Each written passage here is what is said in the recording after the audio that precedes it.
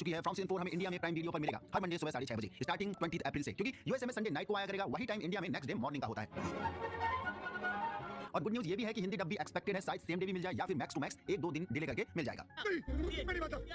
तो टेंशन खत्म। अब बात करते हैं उन हिडन क्लूज की जो सीजन 4 की असली स्टोरी को डीकोड करते हैं या कर सकते हैं। वीडियो के स्टार्टिंग में थोड़ा सा पेशेंस बना लेना 2-3 मिनट तक, क्योंकि थ्योरीज थोड़ा हैवी है, बट अंत तक सब कुछ क्रिस्टल क्लियर हो जाएगा, सब कुछ समझ में आ जाएगा। सोचो अगर फॉर्मूले के सबसे छोटे और इग्नोर किए गए एलिमेंट जैसे क्रोज, रैंडम विजन्स और बैकग्राउंड मॉन्स्टर्स एक्चुअली इस पूरी स्टोरी के सबसे बड़े सीक्रेट्स होल्ड करते हो तब, और अगर जो लोग हेल्प कर रहे हैं वही अननोइंगली सबको ट्रैप कर रहे हो तब। तो आज हम सरफेस स्टोरी नहीं, डीप हिडन लेयर को डीकोड करने वाले हैं। सबसे पहले बात करते हैं क्रोज की, जो फर्स्ट ग्लैंस में बस बैकग्राउंड डिटेल लगते हैं, लेकिन अगर ध्यान से देखो तो इनका पैटर्न डिस्टर्बिंगली कंसिस्टेंट है। सारा ने जब वॉइसेस का जिक्र किया था सीजन 1 में, वो कभी क्लियरली डिफाइन नहीं होता है कि वो आखिर कौन है, लेकिन थ्योरी के हिसाब से वो वॉइसेस एक्चुअली क्रोज भी हो सकती हैं, जो साइलेंटली सब ऑब्जर्व कर रहे हैं, यानी क्रोज का झुंड। और ये बात तब और इंटरेस्टिंग हो जाती है जब हम देखते हैं कि फादर खातरी का बैग बरी करना ये टाउन के कुछ हिडन एक्शंस है, जैसे किसी अनसीन एंटिटी को ऑलरेडी सब कुछ पता हो। यहाँ एक सबटल हिंट मिलता है, क्रोज सिर्फ देख नहीं रहे हैं, गाइड भी कर रहे हैं, और क्रोज हमें सीजन 4 के ट्रेलर में भी देखने को मिल रहे हैं जब यहाँ 2 बॉडीज को बरी करा जा रहा है। एंड ये दोनों डेड बॉडीज हम एक जिम मैथ्यूज की मान रहे हैं और दूसरी हम एज्यूम कर रहे हैं न्यू अराइवल पादरी की, जो सोफिया का डेड भी एज्यूम करा जा रहा है। बाकी हम नेक्स्ट लेयर पर बात करते हैं बॉय इन व्हाइट की। अगर हम इसे डायरेक्टली गुड एंटिटी मान लेते हैं, जो मान भी रहे हैं, तो शायद हम वही मिस्टेक कर रहे हैं जो सो हमें करवाना चाहता है, क्योंकि अल्टीमेट सॉल्यूशन सो हमें बॉय इन व्हाइट को ही रख रहा है हमारे सामने कि यही बंदा हेल्प करेगा और सॉल्यूशन निकालेगा, पर यही टाउन के लोगों के साथ साथ हम सभी को घुमाने का काम भी करा जा रहा होगा, मे बी मेकर्स के द्वारा, और जो इस टाउन के कर्स के द्वारा, और you can say bad entity के द्वारा। सो एक थ्योरी के मुताबिक बॉय इन व्हाइट शायद क्रोज का इंसानी रूप भी तो हो सकता है। और अगर आपने ओपनिंग क्रेडिट्स ध्यान से देखे हैं तो उसका face design, specially mouth structure एक क्रोज जैसा हिंट देता है। मींस ये पेंटिंग वाला सीन जो हो सकता है मेकर्स ने इस पेंटिंग के थ्रू डिटेल्स छुपा रखी होंगी, यानी वो इनोसेंट नहीं बस नॉर्मल बनकर सब ऑब्जर्व कर रहा हो सकता है बॉय इन व्हाइट। बाकी सबसे इंटरेस्टिंग कॉन्ट्रडिक्शन को देख लेते हैं। अगर क्रोज सच में ईविल होते तो वो टाउन में पड़ी डेड बॉडीज को खाने लगते, जो अक्सर उन्हें मिलती ही रहती है हर नेक्स्ट डे, लेकिन ऐसा कभी नहीं होता है, जो हमने देखा भी नहीं है। ये सोचने वाली बात है, वरना क्रोज को तो ऐसे फ्री का खाना खाने में मजा ही आता है। मतलब वो स्कैवेंजर्स होते हुए भी कंट्रोल में है। इसका मतलब क्या हुआ? They are not predators, they are part of the system. और अभी तक जो भी मैं बोल रहा हूं वो क्लियरली हिट नहीं हो पाया है, सब ऊपर से जा रहा है, तो थोड़ा सा और पेशेंस रख लेना, यहां तक अभी सब क्लियर हो जाएगा video. Back to the plot now. फिर आता है एक पावरफुल सिंबॉलिक मोमेंट जब टेबिथा और विक्टर टनल्स में होते हैं, वो देखते हैं रैट्स एक क्रो को खा रहे हैं। अभी इसको नॉर्मल सीन समझ के इग्नोर मत करना, ये एक परफेक्ट सिंबॉलिक कॉन्ट्रास्ट हो सकता है। क्रोज को हम रेफरेंस दे सकते हैं डे टाइम सरफेस ह्यूमंस जैसे, जो हम देखते हैं सरफेस पर टाउन में ह्यूमंस ही रहते हैं और सिर्फ दिन में ही फ्रीली घूमते हैं, बाहर घूमते हैं, रात को नहीं। एंड रैट्स को यहां रेफरेंस दे सकते हैं अंडरग्राउंड डार्कनेस मॉन्स्टर जैसे, क्योंकि अंधेरे में मॉन्स्टर्स ही रहते हैं और रात को वही निकलते हैं। मतलब एक हिडन वॉर चल रही है, surface forces versus underground forces, और ह्यूमंस इस बीच में फंस गए। अब एक और डीप थ्योरी जो इसको इमोशनल लेवल पे कनेक्ट करती है। सोचो अगर ये क्रोज एक्चुअली उन लोगों को दोबारा जन्म हो जो इस टाउन में मर चुके हैं ऑलरेडी, लाइक कैनी के पेरेंट्स, बस वाले लोग, और भी बाकी जो अभी तक मारे जा चुके हैं और मरते आ रहे हैं। एंड आल्सो जिम मैथ्यूज भी ऐड हो जाएगा उसमें। एंड यहां एक कनेक्शन और ऐड करूं, जो ट्रेलर में क्रोज यहां फ्यूनरल मोमेंट पर एक साथ दिख रहे हैं हमें, ये शायद इन्हें कुछ हिंट्स देकर अलर्ट करने की कोशिश कर रहे होंगे। अगर मैंने वही मरे हुए लोग समझ रहे हैं जो अभी तक सीजन 3 तक आते आते मारे जा चुके हैं, तो वरना हमें अभी तक ऐसा मोमेंट कभी नहीं देखने को मिला कि क्रोज एक्चुअली इंटरफेयर कर रहे हो ऐसे खुले टाउन के अंदर। सिर्फ सीजन 4 में ही ऐसा मोमेंट देखने को मिला, वो भी ट्रेलर में। तो वही हमारे लोग यहां इन्हें अलर्ट करने की कोशिश कर रहे होंगे आने वाले थ्रेड से, क्योंकि रियल लाइफ से इस मिथ को अगर कनेक्ट करने की कोशिश करो तो कई कल्चर्स में ये बिलीफ होता है, माना जाता है कि डेथ के बाद इंसानी सोल क्रो के फॉर्म में रिटर्न होती है। एंड अगर ये सच है तो इसका मतलब डेड लोग अभी भी टाउन में हैं, वो एक्चुअली मरे नहीं हैं। तभी हमें फ्रॉम स्टोरी में ही कई बार ये डायलॉग भी सुनने को मिलता है डिफरेंट पर्सनैलिटीज के द्वारा टाइम पर अलग अलग लोगों से, कि फॉर्मूले में जो भी मरता है वो एक्चुअली कभी मरता ही नहीं है, और वो डायरेक्टली इंटरफेयर नहीं कर सकते, यानी क्रोज बस गाइड कर सकते हैं, क्योंकि क्रोज की भाषा ह्यूमंस को आती नहीं है, दैट्स व्हाई। बाकी ये चीज यहां के ह्यूमंस अभी तक डिकोड नहीं कर पाए हैं। एंड मेबी सीजन 4 में ये सीक्रेट अगर सामने आ गया तो बहुत हद तक क्रोज हेल्प करेंगे यहां फंसे लोगों की। मींस क्रोज की सिग्नल देने की भाषा यहां के इंसान समझ जाए तब की बात। बाकी स्टोरी को सपोर्ट करता है एक सटल मोमेंट, और सीजन 3 एपिसोड 3 जब एक क्रो कॉलोनी हाउस में घुसता है टीली के टैरेट रीडिंग के टाइम पे, सब लोग एज्यूम करते हैं कि वो टैरेट को डिसरप्ट कर रहा था अंदर भी और हम लोग बाहर भी एज फैंस। लेकिन क्या होगा अगर वो एक्चुअली एल्जिन को बचाने आया था, उसे जगाने के लिए, ताकि वो किमिनो वुमन के इन्फ्लुएंस में ना आ पाए, जो कि उसी मोमेंट के बाद एल्जिन बहुत हद तक किमिनो वुमन के इन्फ्लुएंस में आ चुका था, जो हमने देखा। यानी क्रोज शायद वार्निंग्स दे रहे हैं, ना कि केओस क्रिएट कर रहे हैं। एंड वही चीज फिर बोलूंगा मैं, क्रोज एवरी टाइम वार्न कर रहे हैं जब आप फ्रॉमले टाउन में घुसने वाले होते हैं, यानी वो रास्ते के पेड़ वाला मोमेंट, और ढेर सारे क्रोज आके वहां इन्हें रोकने की कोशिश करते हैं, लेकिन लोग डर के फिर भी अंदर चले ही जाते हैं, क्रोज से डर जाते हैं, जबकि वो इन्हें शायद